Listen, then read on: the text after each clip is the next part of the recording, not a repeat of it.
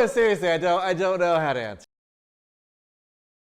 Hey everyone, thanks for joining. This is Paul coming in at you from Within the Box. Today we are going to be going over another little project here. It's actually photographing some corrugated cardboard. I know, it sounds glamorous, but we'll actually make it look really cool and make it look really good. What we want to do is we want to still practice and play with some lighting ratios, but we're also going to introduce some lighting gels. So we'll actually put some color gels on our lights. Let's see what that does. The equipment we'll be using for this project will be our Canon EOS R5 with our 100mm macro. C-stands, our subject will be our corrugated cardboard. Our A-clamps, lights of course, for this project we'll be using our Hensel Integra monoblocks with our honeycomb grids, reflector domes, and one softbox. Light stands, we'll be using a light meter to meter all the lights. We'll need our orange gel along with a blue gel. And then our background, we'll be using our black seamless paper.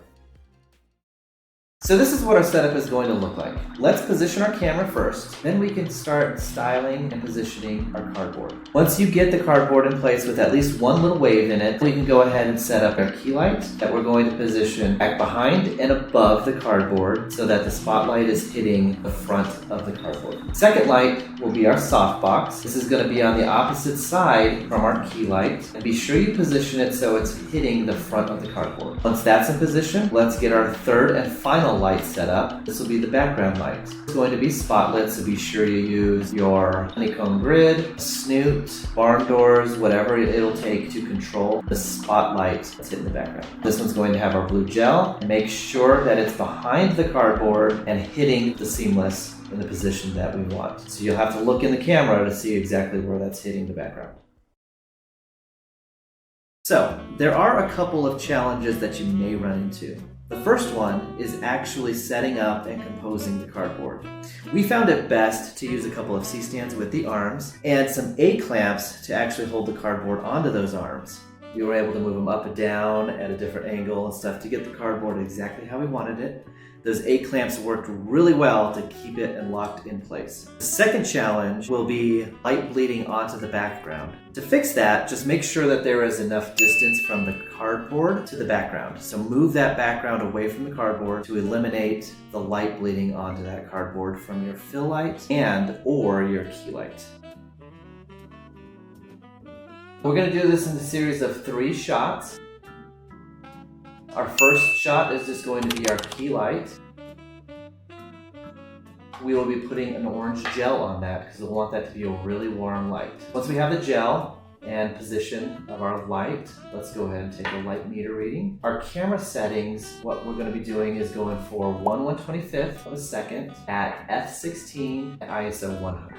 So the meter of that light is going to read those same exact things. Once we actually dial in that light, then we will go ahead and take that gel off, put in our gray card so we can actually get the correct white balance, and then we'll put that gel back on the light, and then we will take and capture our first image. The first image is just going to be a one light just raking over the texture of that corrugated cardboard. Then we're ready for shot 2. Shot 2 is going to be our fill light, which we'll be using our second light with a softbox on it. We want it to read 1 stop darker than our key light, which will give us the 1:2 ratio from the key light to the fill light. So our light meter reading is going to read 1/125th at f11 at ISO 100. We're keeping the camera settings the same, just the light that's metering is 1 stop darker, so it'll give us an f-stop of f11. Once we lock in that light, we can go ahead and take our second shot. So we'll turn the key light back on and we'll have the fill light on, take our second shot. So we'll have 2 lights in this shot. And so now we'll actually see a lot more of that corrugated cardboard along with that warm light. Now we're ready for the third shot. Third shot is going to be our background light. But we're going to use another grid on the background light just so we can get a nice little spotlight so we can have a bright blue gradated into black. So let's go ahead and get this light set up. Position it how you want to. Put the blue gel over that. We want this to be a 1:2 ratio from the key light as well. So this is actually going to meter the same as our fill light. So 1/125th at f11 at ISO 100. Once we lock that in, then we can go ahead and turn all 3 lights on and capture our third and final image. It should look really good because we'll have the cool background with the warm key light and then the neutral fill light. All right, that'll do it.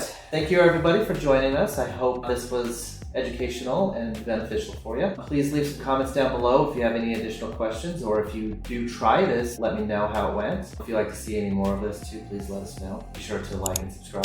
And I hope everybody has a wonderful rest of your day. Be safe and be kind. And until next time, we'll see you later.